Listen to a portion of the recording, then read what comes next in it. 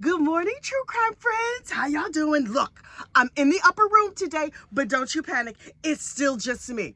So look, we are still talking about Miss Vanessa Shaver. Honey, yesterday in court was a whole mess. Imagine every dude you ever dated showed up in court to talk trash about you in front of God and all the world. I was here for it because I'm just here for the gossip rumor and the innuendo of this situation. But look, we're gonna get into Laurie, but you know what you need to do first. Please like this video and subscribe to the channel. Let me tell you what happened. First of all, if you're an old true crime head, do you remember Diane Downs? You know, she used to sing Hungry Like a Wolf while she unfortunately unalived them children. Anyway, go on and Google Diane Downs because to me, Miss Laurie, she's giving Diane Downs all days. Everything about her. Also, Diane Downs is in prison for the rest of her life. So, Laurie girl, you in trouble. So the day in court started out in a way that was very, very unexpected.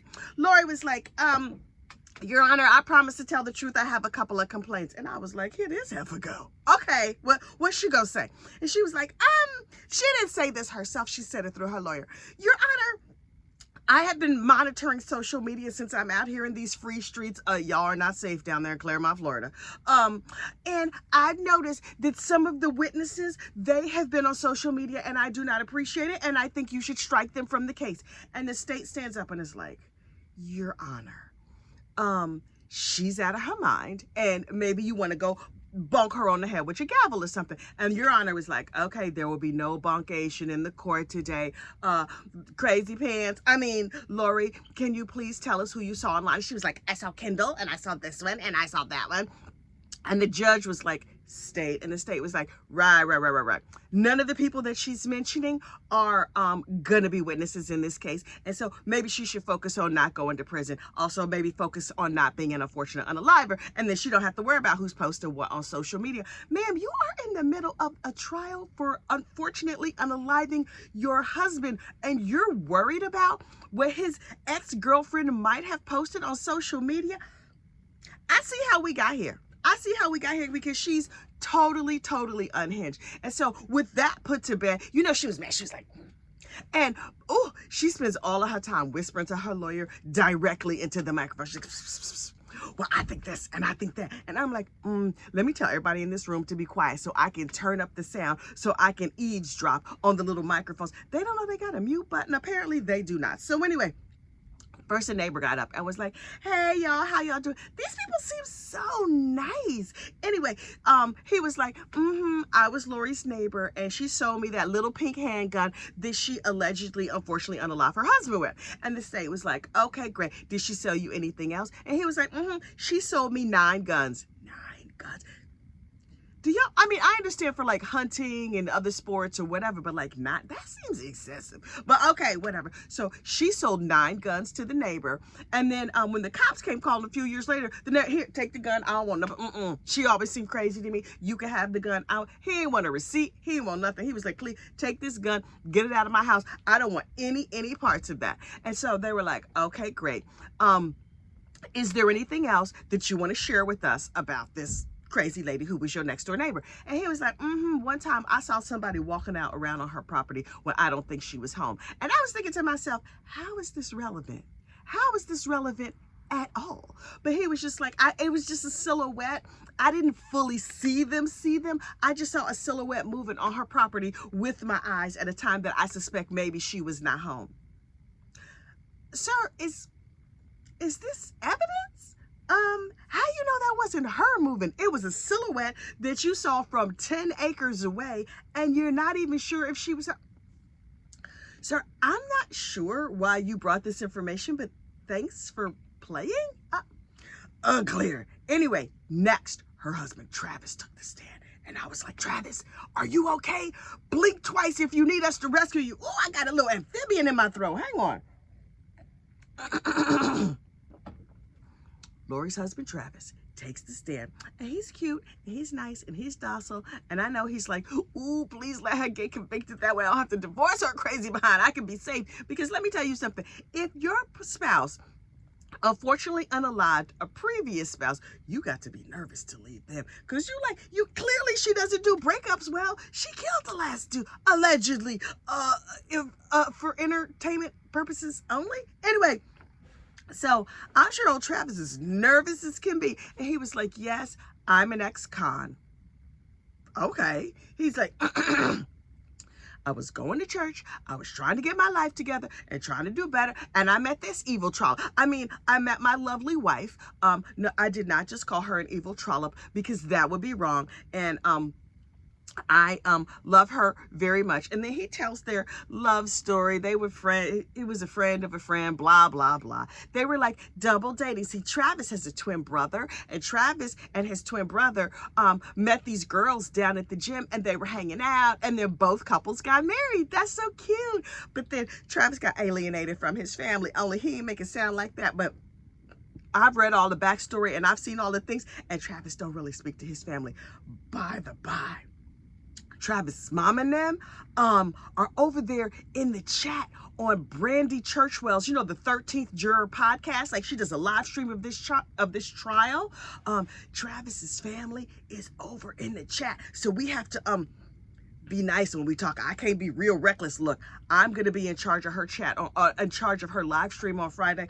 I need to govern myself accordingly because I just be saying stuff, forgetting that the internet goes everywhere and people can hear me. So anyway, Travis was like, we had a love story, and 3 seconds after we met, we decided to get married. And by married, I mean, like, not really. Like, she wore a white dress. We did a beautiful thing in the yard. We had a commitment ceremony before God and her dead husband, who was over there buried in the patio. Okay. And in the wedding pictures, you can see the fire. It's not a patio, it's a fire pit. You can see the concrete slab that they poured for the fire pit in the background of the wedding pictures. So, Michael Shaver was at your wedding? Sir, did you know? Apparently, Travis and his twin brother helped Laurie to pour the concrete pad. Oh my God. Did he know? Anyway, he was like, I didn't pour the concrete because she had unfortunately unalived her husband. I was not trying to help her out. See, what had happened was her older daughter was having a birthday party, and it was just a bunch of mud, you know, from the dead body juice and stuff being over there. And so she had all that concrete sitting there. And I was like, you know what, let's do, me and my brother, are we going to get a cement mixer down at the Home Depot, and we're going to pour a nice cement pad. Also, it's going to cover up the dead body. And so he was like, we poured it, and then we made a fire pit, and everything was beautiful. Everything was going fine. And then the police showed up. Now listen, if the police show up at my house and they have questions about me and my spouse, now look, me and my spouse have been married for like 25,000 years. I love him dearly. But I'm not that understanding. I'm not going to understand if it's a dead body in the yard. But you know, I'm real picky like that. So the cop showed up. Hello, knock, knock, knock. Can we bring some cadaver dogs? I'm sorry, what? No, thank you. No, thank you. And so they were like, okay, no problem. The police went and got a warrant and came, and they were like, we're going to need to jackhammer up this monstrosity over here, this grave covered in cement. And so the police got to jackhammer, and they're like, oh, look, a bone. Anyway, that's not a bone, that's an actual pencil. Anyway, they found, like, you know, body parts and their body juice in the ground. And they said to Travis, this was the most amazing thing to me. They said to Travis, who sat there on the stand with his cutie little self with a very straight face, they said, did you ask your wife any questions? He said, no, I did not ask her any questions. No questions? None? Not what? You nothing. Nothing. You have nothing to say. Okay. I know some people prefer to be a surrendered wife. That is not where my gifts lie. You know what I would have if it was a dead body found in my yard? Questions. Lots and lots of questions. A whole lot of questions I would have for my spouse under those circumstances. Because, you know, I ain't do it. I don't even want to deal with a dead mouse. I'm certainly not going to deal with a dead body. It's a dead body in your yard that you now realize you helped pour the cement for, and your brother helped pour the cement for, making you two accessories after the fact, and you have zero questions. Well, that is a level of trust that nobody should aspire to, because that is crazy.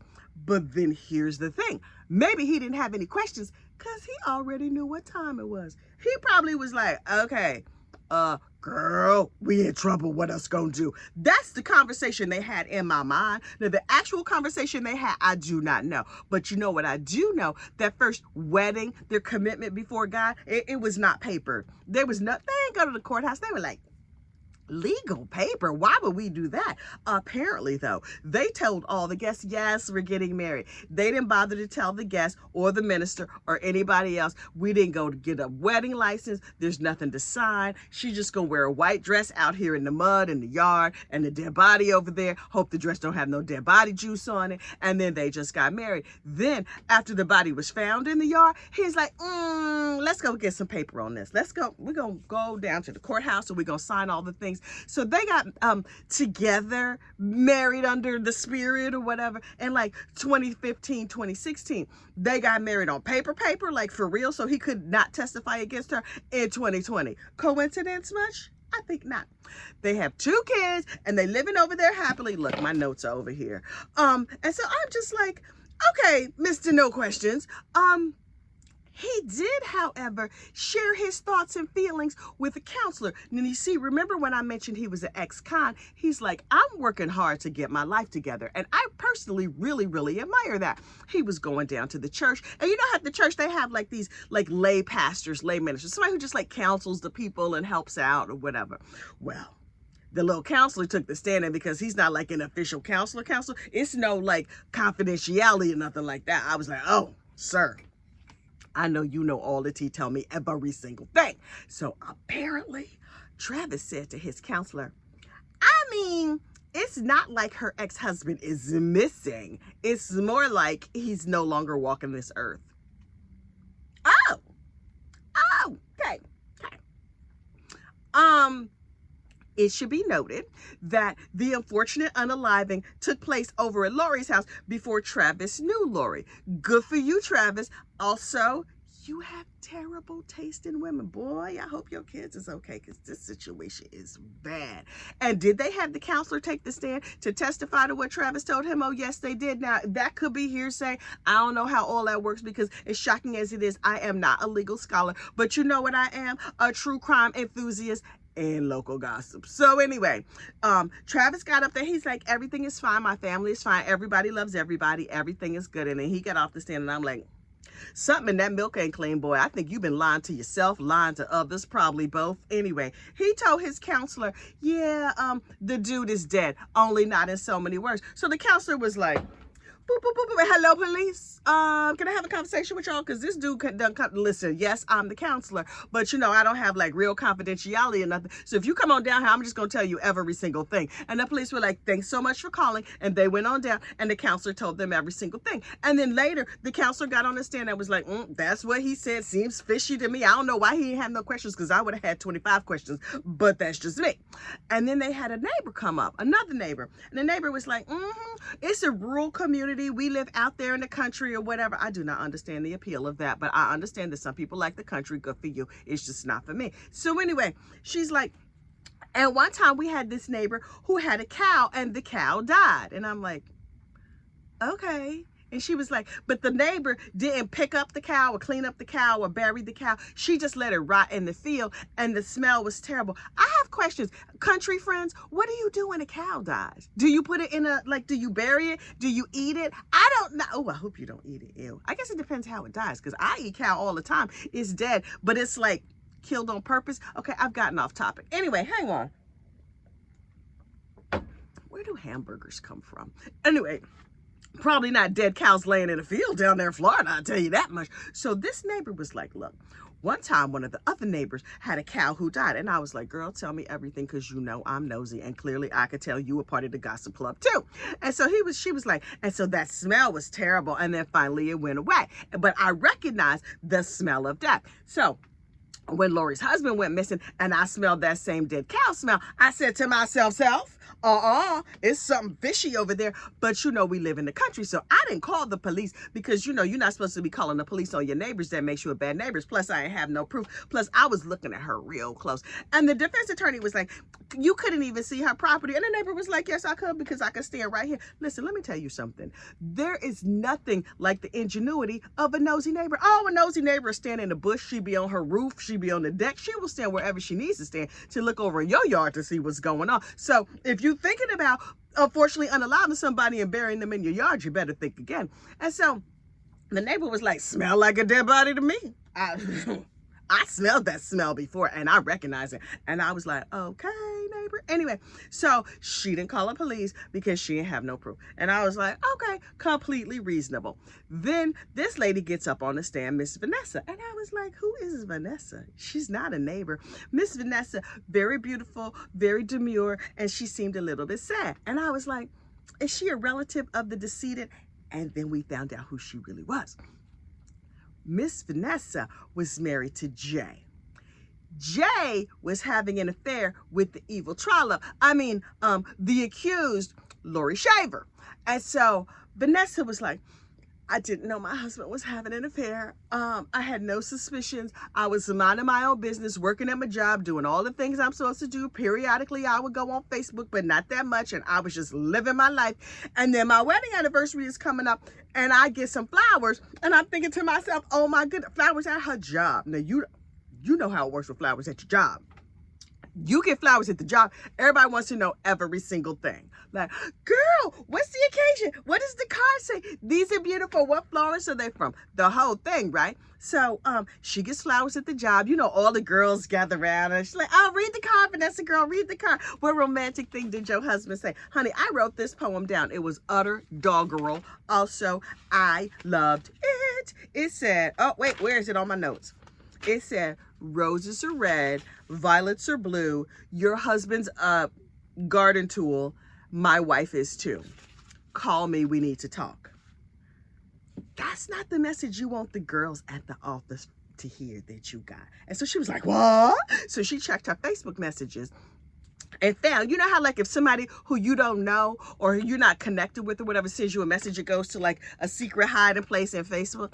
And so then you have to go dig it out. Well, she went to the secret hiding place and she dug out the message, and it was a message from Mike, who clearly was no longer on this mortal coil, but somebody who was pretending to be Mike, saying like, oh yeah, our spouses are getting together and here's a number for a divorce lawyer.